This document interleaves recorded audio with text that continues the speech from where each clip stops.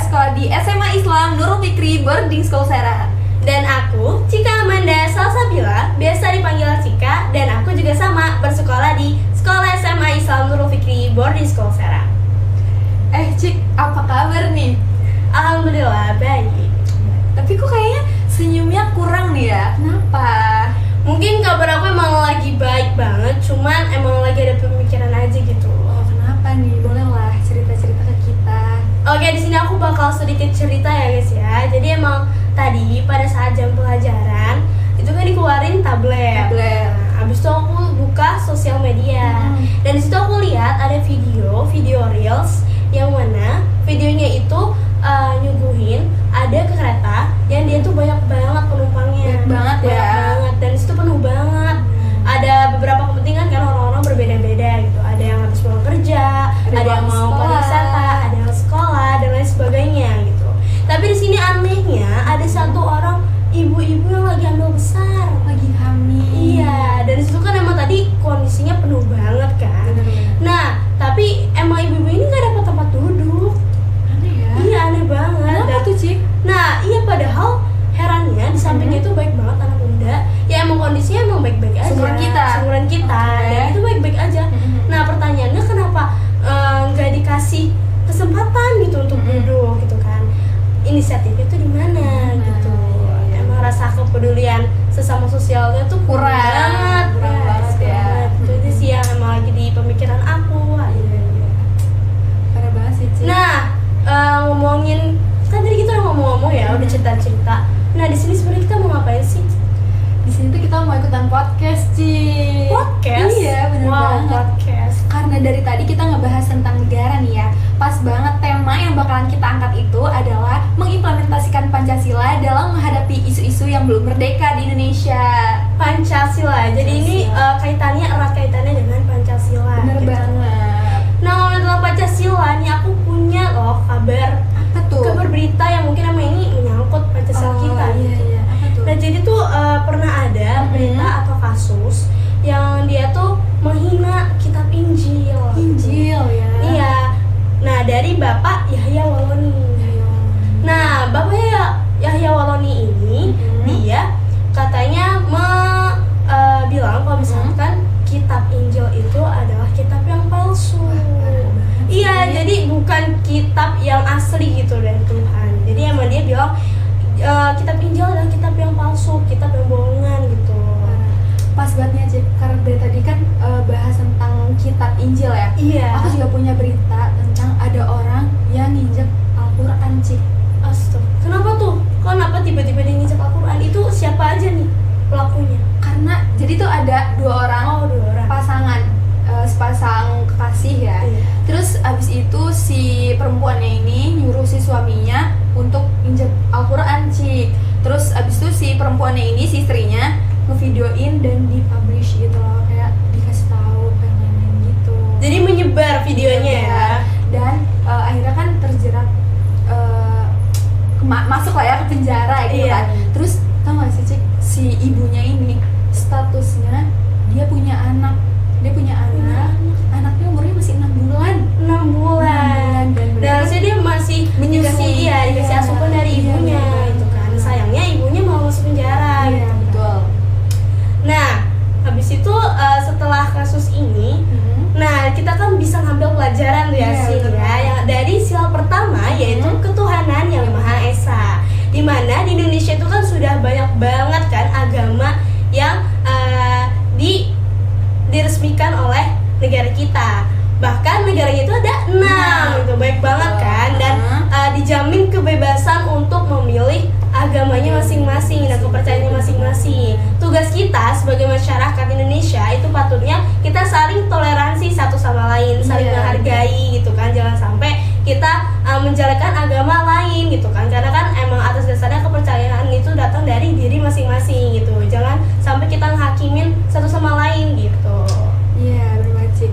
Nah, terus aku juga punya cerita nih, Cik, tentang jadi waktu pas perpulangan nih ya. Iya, perpulangan. Pas perpulangan aku tuh main lah ya sama teman-teman aku. Iya. Gimana sih, anak muda lah ya, mau nonton ceritanya. Terus habis itu kita tuh naik bis, Cik. Naik bis. sama teman-teman aku nih. Terus pas naik bis, ada orang yang mau naik bis juga. Terus abis itu orang ini nih berkulit hitam gitu loh, Kulit Cik. hitam. Terus abis itu orang-orang yang di dalam bisnya itu dia kayak mengintimidasi gitu loh, Cik. Kayak tatapannya kayak apaan sih gitu loh, kayak gak suka gitu. Itu sama aja kayak rasis gak sih? Iya bener banget, dan kita nggak boleh kan membedakan gitu. Iya bener banget. Dan ini tuh terkait juga, bisa berkaitan dengan Pancasila kita yang kedua, kemanusiaan yang adil dan beradab. Itu kan kalau misalnya dia mengintimidasi kayak gitu, dia kayak nggak punya adab gitu nggak sih? Kurang Iya ya bener banget, adabnya. harusnya nggak boleh kan. Iya, dan itu kayak kan setiap manusia itu punya hak yang sama ya. Orang yang berkulit hitam juga punya hak yang sama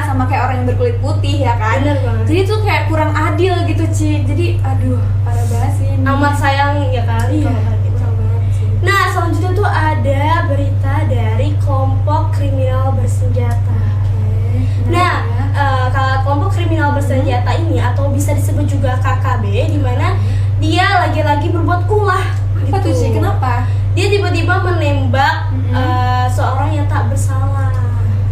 Gimana dong, ceritain dong. Nah, ini tuh KKB kan ada di Papua, Irian Jaya, di mana pada saat itu ada Pak Manuah namanya. Pak Manuah itu sedang bekerja di proyek besar. Tiba-tiba ditembakin sama kelompok kriminal bersenjata ini, gitu kan. Sayang banget. Nah, Pak Manuah ini kena tembakan di bagian lengan kanan, lengan kiri, dan bagian pinggang. Nah, pas mau dilarikan ke rumah sakit, sayangnya dia sudah meninggal dunia. Gitu. Emang kan di Indonesia emang banyak banget berhidup kayak kelompok-kelompok yang emang memecah belah, bisa memecah belah gitu kan. Dan ini ada di Pancasila kita yang ketiga, yaitu Persatuan Indonesia. Patutnya emang kita gak boleh memecah belah satu sama lain kan, gitu. Nah selanjutnya ini ada isu dari mana nih sih? Kan dari tadi kamu bahas tentang tembak-menembak ya? Iya benar. Nah kalau ini berita tentang jadi ada DPR mukulin perempuan di SPBU, Cik. Dipukulin. Itu kan kayak parah banget ya. Kok Cik. bisa sih dia dipukulin, kenapa gitu tiba-tiba? Gara-gara katanya sih dia nggak kedapetan tempat jalan gitu, Cik. Oh nggak dikasih Nggak jalan, masalah, tiba-tiba dia mau dipukulin gitu. Parah banget gak sih? Parah banget. Padahal ini tuh berkaitan juga dengan sila kita yang keempat, itu kerakyatan yang dipimpin oleh hikmah kebijaksanaan dalam permusyawaratan perwakilan. Nah, dia ini kan si DPR ini kan pemimpin lah ya, termasuk pemimpin. Harusnya dia mengayomi rakyat-rakyatnya dan menjadi contoh yang baik untuk rakyat-rakyatnya kan, Zik. Tapi nggak memungkiri dia buruk gitu ya, Cik ya. Dia sebelumnya juga kerjanya bagus-bagus juga. Iya benar-benar. Dan harusnya emang wanita tuh dijaga gitu, jangan iya. sampai disakitin. Bener gitu. banget. Itu sebenarnya caranya aja mungkin yang salah. Kenapa harus dengan dipukulin gitu? Itu pertanyaannya itu kan. Nah, abis ini tuh datang dari tempat kita sendiri, tempat sekolah kita sendiri nih sih. Banten. Iya benar banget di Banten. Nah, kali ini beritanya tuh tentang di mana mantan kepala desa Lebak Banten korupsi dana BLT atau bantuan langsung tunai gitu. Nah, dia ini korupsi sebesar 92 juta rupiah. Wah, banyak banget sih. Banyak banget. Dan kalau kalian belum tahu, BLT ini digunakan yang tadinya untuk keperluan pandemi COVID-19 gitu.